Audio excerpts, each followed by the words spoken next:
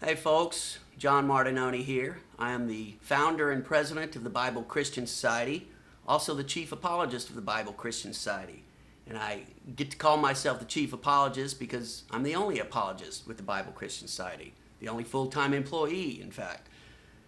This series of videos that I'm doing is entitled Questions Protestants Can't Answer. And I know it's a little bit provocative, a little bit of a provocative title, and that's purposely so, because I want to challenge my Protestant brothers and sisters to really think about what I'm asking these questions and try to come up with the answers in their own minds for their own sakes. But I also want to let my Catholic brothers and sisters know that there are questions that we need to be asking Protestants about their theology, just like they ask us questions about our theology. And the whole reasoning behind the title, Questions That Protestants Can't Answer, is that these are questions that I believe Protestants cannot give a logically consistent, scripturally consistent, and theologically consistent answer to. And as we go through, we're going to shoot a number of these videos. As we go through, I think you'll see why I title it this way. Again, it's not to be disrespectful, but it's to challenge anyone and everyone who believes the theological underpinnings of Protestantism, and hopefully get them, again, to really think about what it is they believe and why they believe it.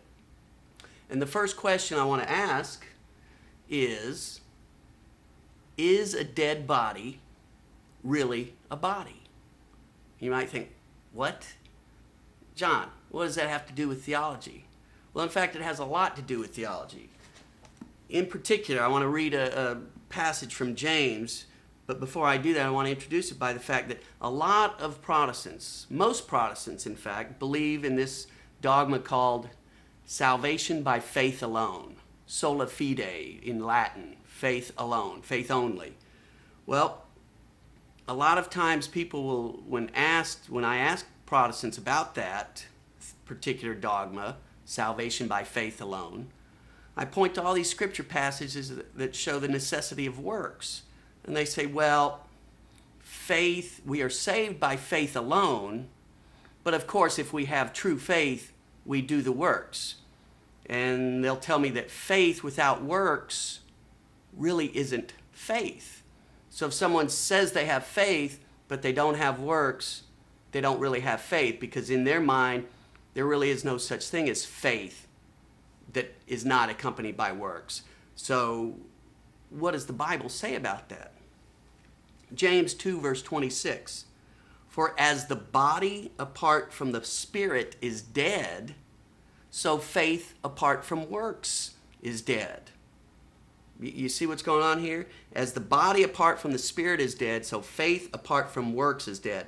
There's an analogy here in James 2:26. The body is analogous to faith. The spirit is analogous to works.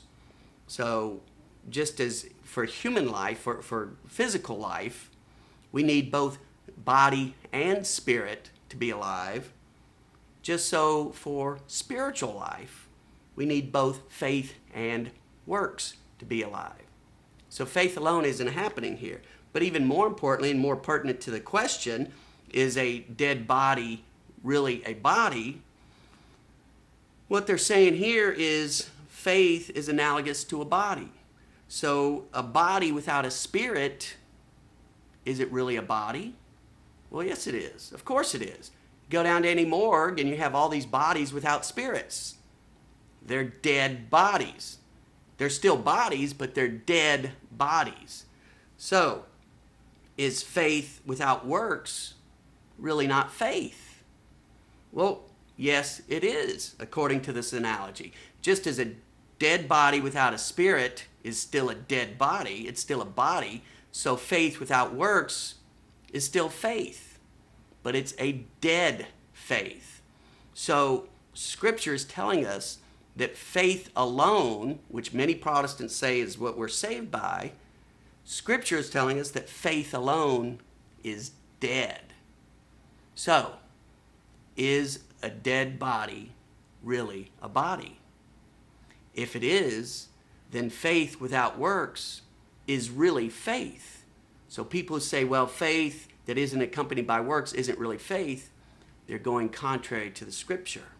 That's it for now, but be sure to check out all of the free apologetics materials, CDs, MP3 downloads, apologetics newsletters, all free at BibleChristianSociety.com. BibleChristianSociety.com.